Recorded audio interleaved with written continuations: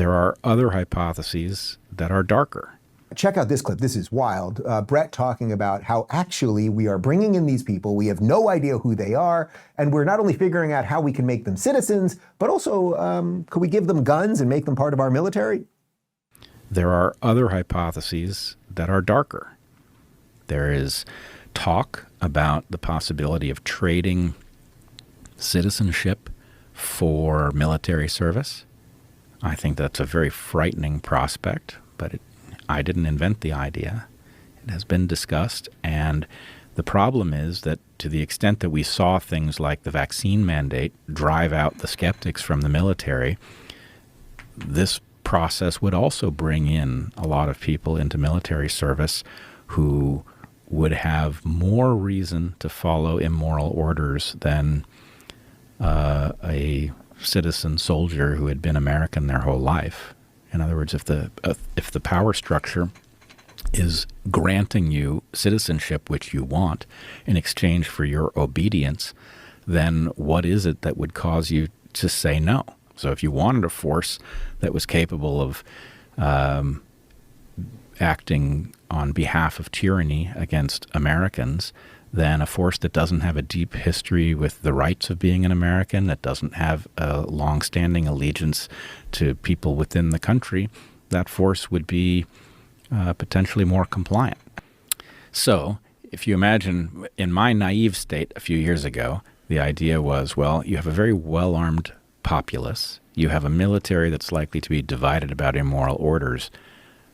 I don't like the sound of that, but I don't think that it's a slam dunk that the tyrants win, because the part of the military that's not going to follow immoral orders and the citizenry that will fight to defend the republic, that's a pretty powerful force. But then you have vaccine mandates, which force out most of the people who are independent-minded from the military.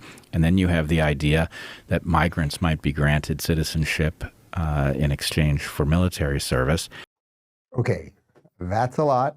There's some dark stuff there, and you might be going, come on, that's just a crazy theory. We're not going to trade citizenship for enlisting in the military. We don't know who these people are. How could we let them in the military? Well, actually, we're kind of doing it. Yeah, here's a headline from the AP.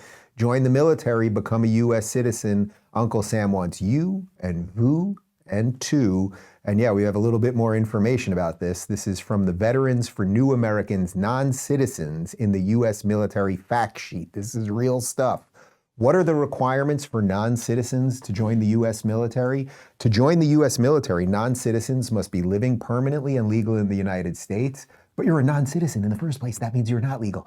Non-citizens must also have permission to work in the United States, possess an I-551 permanent residence card, have obtained a high school diploma and speak English. How many non-citizens currently serve in the U.S. military? Between 1999 and 2010, approximately 80,000 non-citizens joined the U.S. military force.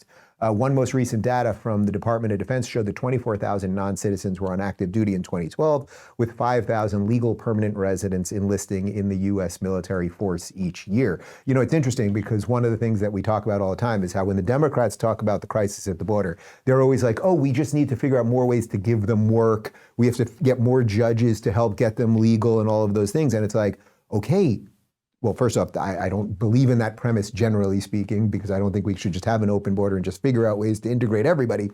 But if that is your argument, you can see how then it leads to a whole bunch of people joining the military. And again, we don't know what they believe, what their intentions are, anything else.